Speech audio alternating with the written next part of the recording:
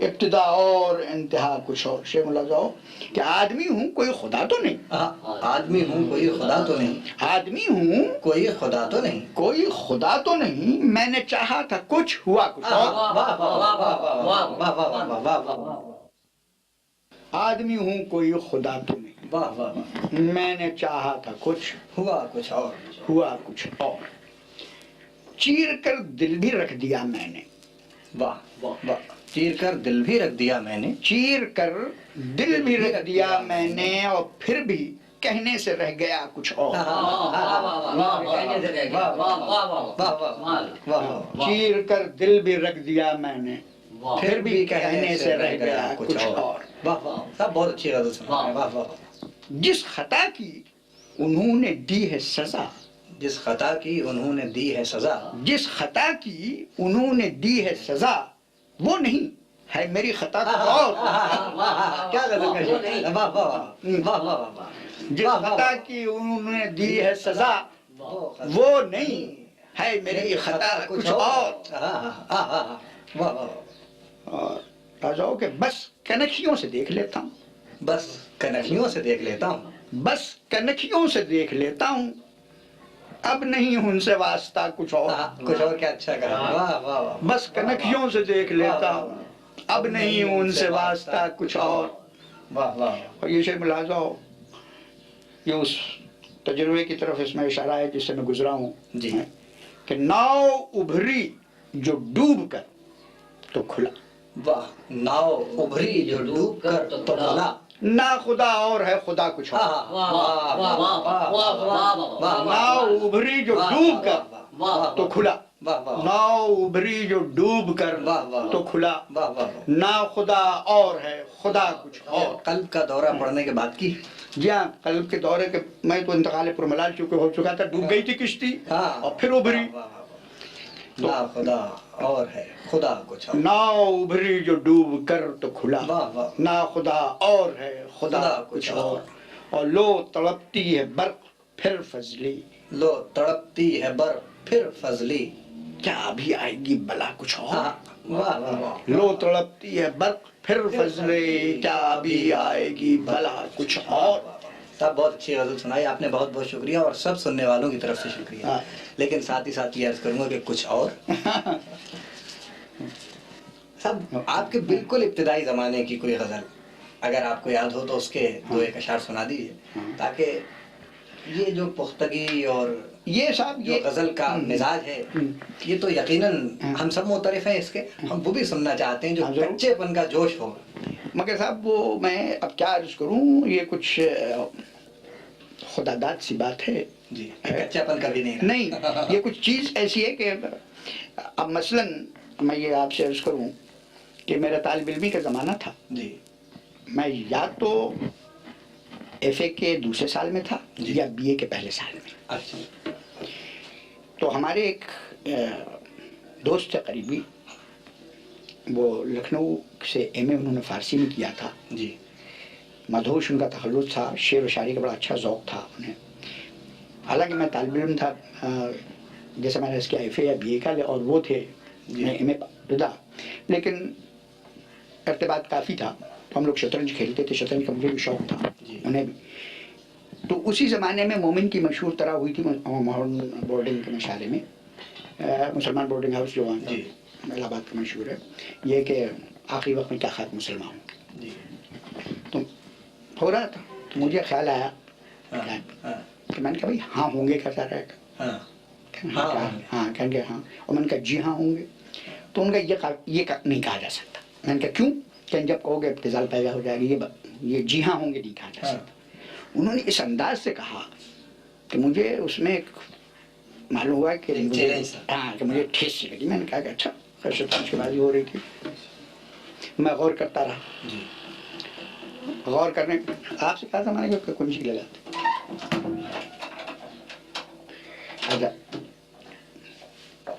میں جناب غور کرتا رہا, شاید 15-20 منٹ میں نے کہا صاحب شعر حاضر ہے, ملاحظہ.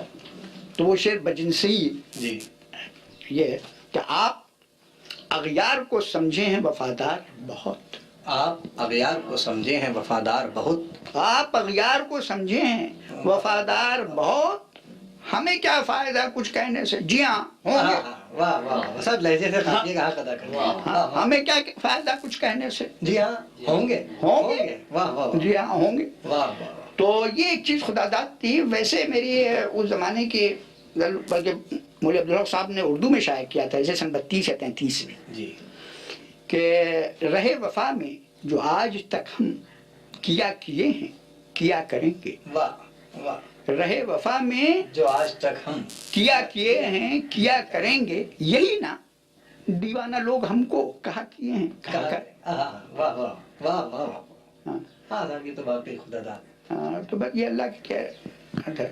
ارے صاحب وہ آپ نے ابھی گفتگو میں اس فلم کا جس کا تذکرہ کیا تھا، ہاں تو وہ واقعی فلم بنی پھر یا نہیں؟ ہاں صاحب بنتی کیسے بنی، لیکن اس کے ساتھ ایک بڑی بدقسمتی یہ ہوئی کہ جس اسٹوڈیو میں وہ بنی تھی جی اس اسٹوڈیو کے ایک حصے میں آگ لگی اور اس کے میں تو اس کا نگیٹو جل گیا، تو بہت بڑا، ورنہ آج اس کی کتنی قدر و قیمت ہوتی کیا کہنے تھا، یہ اس میں اس عہد کے ایسے ایسے لوگ شامل تھے اور انہوں نے رول ادا کیا۔ یہ ہاں یہ اچھا صاحب وہ آپ نے یہ بھی فرمایا تھا کہ مشرقی پاکستان میں تقریباً 20 سال تک آپ کا قیام رہا، جی ہاں تو تشکیل پاکستان کے وقت بھی آپ وہیں تھے؟ جی ہاں، مجھے یہ شرف حاصل ہوا کہ میں اس وقت چٹگانگ میں تھا کہ پاکستان کے قیام کا افتتاح، پاکستان کا افتتاح چٹگانگ میں کرنے کا مجھے شرف حاصل ہوا، کیونکہ اس وقت کمشنر انگریز تھا، جا چکا تھا اور میں ایکٹنگ کمشنر تھا۔ اچھا تو وہاں پر میں ہیڈ سول آفیسر تھا، سب سے سول آفیسر، تو اس لیے یہ مجھے شرف حاصل ہوا کہ پاکستان کا آؤ، تو وہ تو یادگار چیز ہے کہ کس طرح پاکستان کے قیام کے اوپر کیا ہوئی، کیا ہوئے، اس کو میں نے لکھا بھی ہے۔ ایک تو اس میں اخبار جہاں میں آیا تھا، پھر اس کے بعد میرے اپنا ناول جو سحر ہونے تک جو اردو ڈائجسٹ میں سیریلائز ہو رہا ہے، وہ کتابی صورت میں جلد آنے والا ہے، اس میں بھی میں نے یہ تمام بیان کیا کہ کیا ہوا اور کس طرح سے ہوا، کیا ہوا پاکستان میں مشرقی پاکستان والوں کا جو حصہ ہے اس کے متعلق آپ نے اپنی جی ہاں، وہ اس میں سب ہے، وہ سیر ہونے تک میں چند جملے اس کے متعلق۔ یعنی وہ مقصد یہ کہ اس تقریب میں جو جوش و خروش مشرقی پاکستان کے بھائیوں نے دکھایا تھا، تو وہ تو یقیناً دائم اور قائم ہے، کبھی ختم نہ ہونے والا ہے۔ حالیہ جو حالات ہو رہے ہیں، تو آپ اس فضا کو دیکھے ہوئے ہیں، تو آپ کا تجزیہ اس سلسلے میں کیا ہوگا کہ وہ کون سے عناصر ہیں جنہوں نے پھر یہ تخریب کاری کی اور اس جذبے کو؟ یہ سب یہ ایسا سوال ہے کہ جس کے جواب دینے میں بڑا وقت لگے گا۔ میں اس پر مختلف بھی لکھتا رہا ہوں اور لکھ بھی رہا ہوں، لیکن میں یہ بتا سکتا ہوں کہ یعنی جس دن پاکستان کے، یعنی جس دن کیا بلکہ جس رات کو یعنی ہوا یہ تھا کہ 14 تاریخ ہے نا پاکستان کا، تو 12 بجے رات کو 13 یعنی درمیانی شب، رمضان شریف کا زمانہ تھا، درمیانی شب میں ہم لوگوں نے یہ انتظام کیا تھا کہ 12 بجے رات کو 12 بجنے میں چند سیکنڈ باقی رہ جائیں تو سارے شہر کی روشنی گل، پاور ہاؤس آف کر دیتے، لائٹ ایک دم تاریکی، اور جہاز سمندری اور دریائی اور لانچر سب، اور 12 بجنے کے چند سیکنڈ بعد ایک دم سے سب لائٹس آن، اور سب روشنیاں ایک دم، اور دم سے سائرن بجے، اور پھر اس کے بعد وہاں سے اذان آواز، اور پھر اس کے بعد وہ، اور جناب اس وقت کچھ لوگ، میرے پاس ایک پولیس کا آفیسر آیا، اس نے کہا سر میں آپ کے سامنے اتنے لوگ موجود ہیں، یہ اعتراف کرتا ہوں کہ اب تک میں رشوت لیتا رہا تھا، آج سے رشوت لینا حرام ہے، یہ چپراس میں یہ اپنے اتارتا ہوں، اگر آپ آئیں تو میں استعفیٰ دینے کے لیے تیار ہوں، مگر اس لیے کہ میں اس وقت تک سمجھتا تھا کہ کافر کی حکومت دارالحرب ہے، اب دارالاسلام ہو گیا ہے، اب رشوت لینا گناہ ہے۔ اس کے بعد اس کی دیکھا دیکھی کئی آئے، انہوں نے ایسا کیا، اچھا